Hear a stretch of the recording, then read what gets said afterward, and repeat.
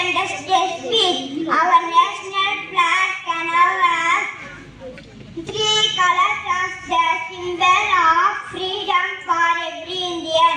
It features three equal bands of vibrant colors, softened at the top, white in the middle, and green at the bottom.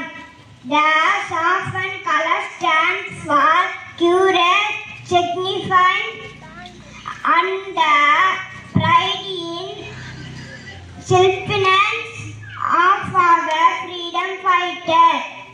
The middle white bands respecting peace, purity, truth and honesty in the action. The green white bands at the bottom represents sweetly prosperity in greenery of our motherland.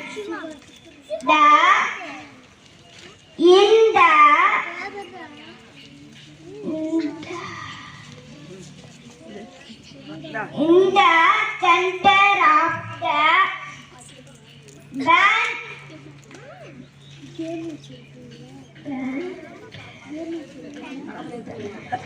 thank you.